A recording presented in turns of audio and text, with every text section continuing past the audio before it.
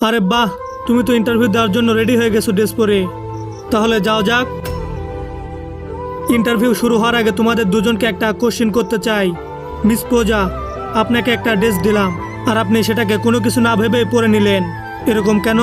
Come on, এতে হেজিটেশনে কি আছে? আমার বসের যেটা পছন্দ আমি সেটাই পরবো, আর যেটা করতে বলবে আমি সেটাই করব। Oh, that's great.